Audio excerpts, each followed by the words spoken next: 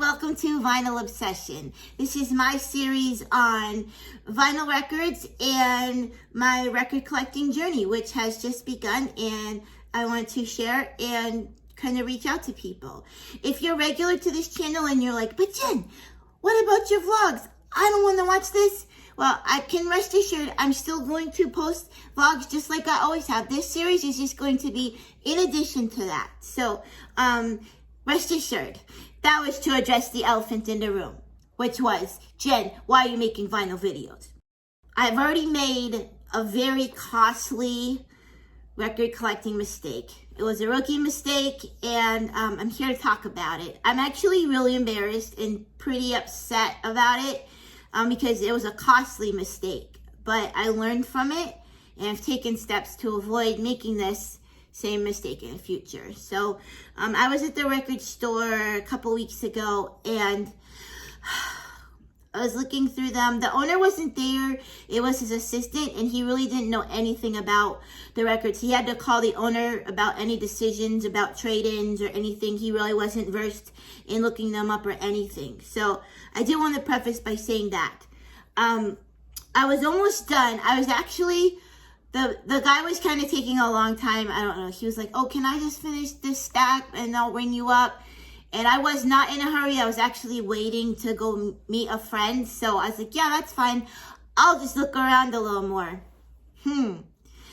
I was looking around and I went to the more new editions that they had gotten. And I found this record, Big Audio Dynamite. I'll show it to you in a second. And I remember listening to them when I was a teenager. I thought I was so cool. Like, oh, this is so edgy and angsty. I don't know. I thought I was cool. And I liked the songs. I liked their style. And I was like, oh, this would be a really cool record to have because I like them. Plus, it's something a little different that I don't see people making videos about or really hear about. I flipped the record over and it was priced high. And I'm like thinking, whoa, this must be a really coveted record if it's priced this high. So I'm holding it and I'm thinking about it. And I hadn't really come up with my own rules for myself as far as collecting, and I've since remedied that and made almost like a record collecting mission statement for how I'm going to behave when shopping for records. I took the record, I was holding it, my mind was like, Jennifer, don't do this. And something was just pushing me inside, like, you gotta get it. This is gonna go up in value and it's gonna be the best record to have. It's probably rare and no one has it and you just gotta get it. And like my mind was fighting each other, like the angel on one shoulder and the devil on the other. This was the record. So it's Big Audio Dynamite. It came out of this is from 1995. It still has the sticker on it and everything. And I bought the record along with a couple others. So immediately I felt very guilty inside. I shouldn't have done it, even if it was a rare record. You know, it wasn't a record that it was even on my list of records I want. And I let my mind run away from me and I got caught up in the whole, like, just trying to collect things that I think are going to become valuable. And that's not why I got into record collecting. I got into it because I love music, because I love all genres of music and learning about new music. I love the format. I just got into it for those reasons and to enjoy the records, not worrying about, oh, how much is this one gonna be worth in this many years, or just kind of wheeling and dealing and trying to become some sort of, you know, have this whole collection that's just rare records. That's just not what I want to do. It's fine. Some people may do that, but that's just not the way I wanted to roll with things.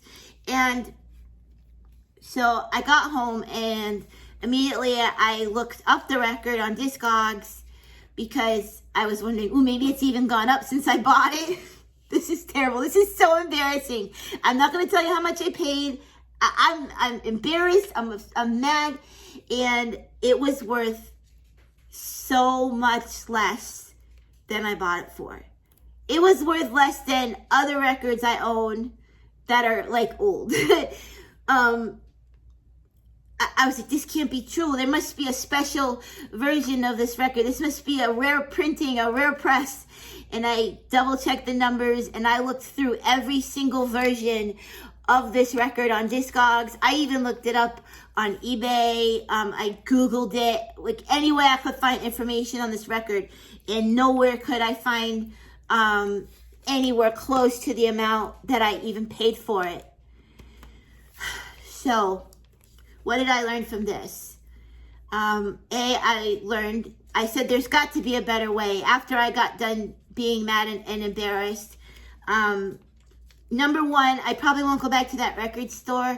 I can't say that they ripped me off on purpose because, first of all, the owner wasn't there. I remember the first time I went there, he actually, each record I gave to him, even if he had put prices on them, he checked it over online.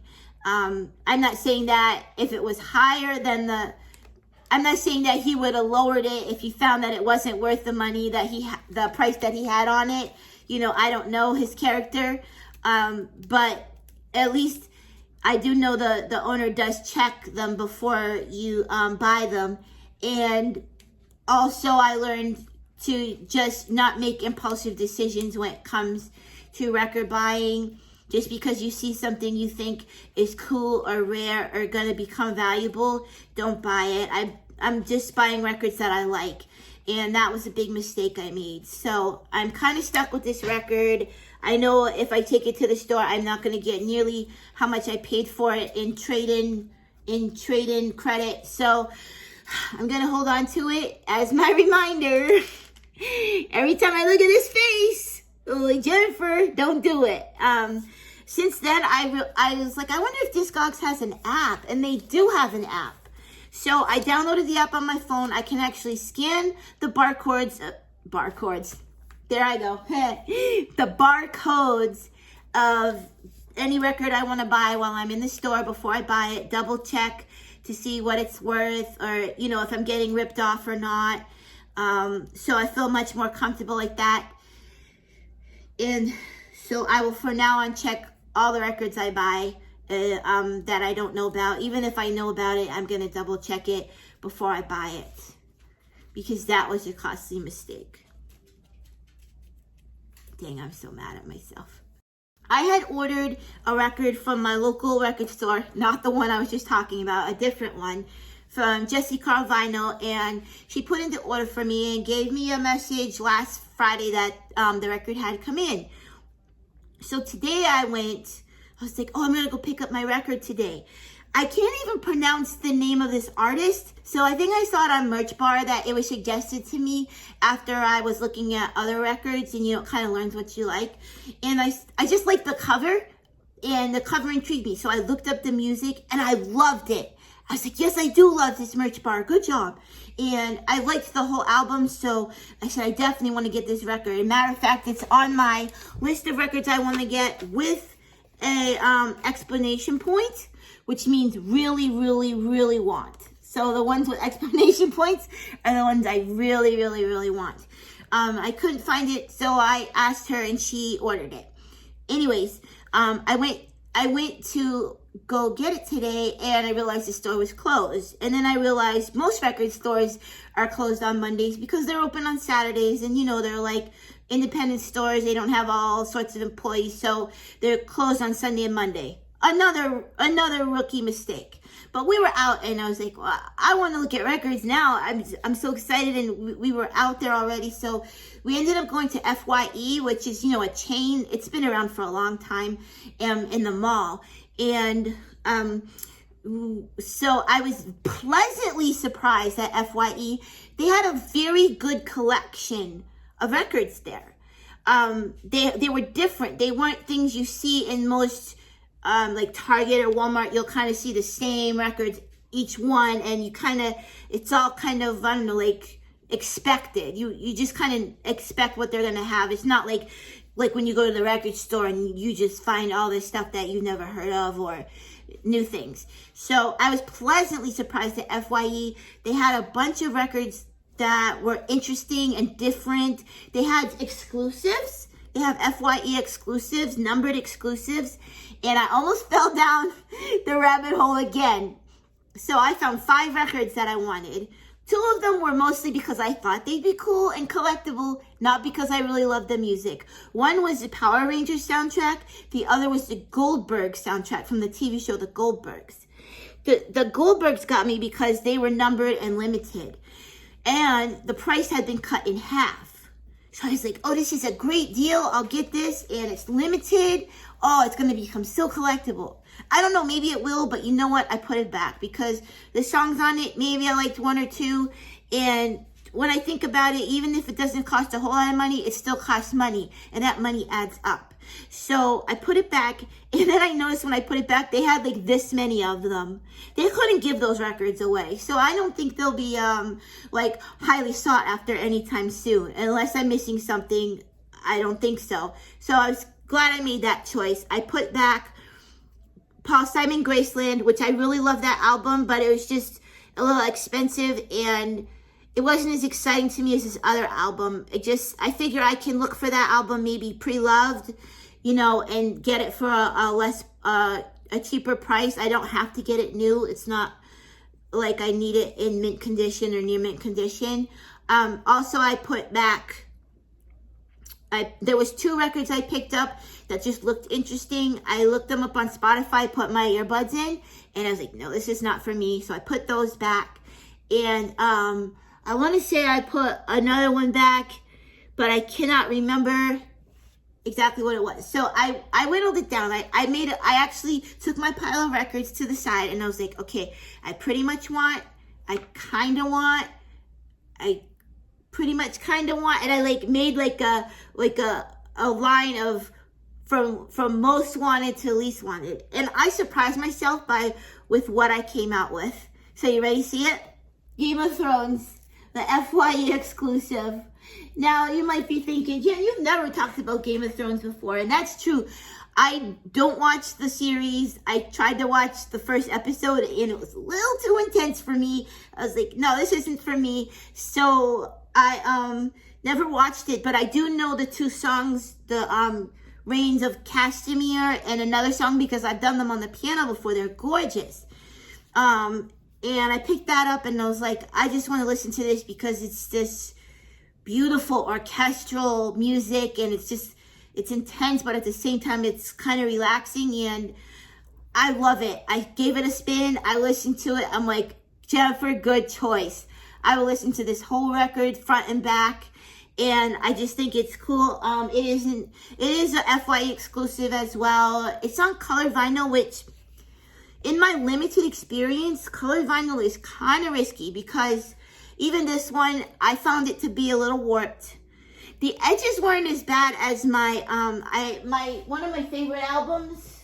This one, oh my goodness, the edges of the vinyl are horrible. They're all like extra material around the edge. Like it wasn't filed or however they smooth a record. It was just all this extra material around the edge. So when I place my needle down, I have to be careful to make sure it's far enough over that it doesn't, because it'll like get flown off the other direction. That happened. It's going to damage my needle. So I'm not like an audiophile. I do like my stuff to sound really good, but I'm not like as intense about it. So it's not like I send it back or anything, but I do have to be careful. And this colored vinyl was a little different. It was very clean. It didn't have a bunch of dust particles and like just particles from production on it. And I did find when it was spinning, it was a little more warped than like when I get a black vinyl, it just always seems really smooth when it's new. This one was a little warped, but the edges were not crazy like the other one. I'm going to show you now. So this is the record. pull it out carefully. I'm terrible at handling things carefully. Okay, so this is the record. You can see that it is a bit warped. You can probably see that on camera, but when it spins, you can definitely see it. And the edges actually are pretty nice.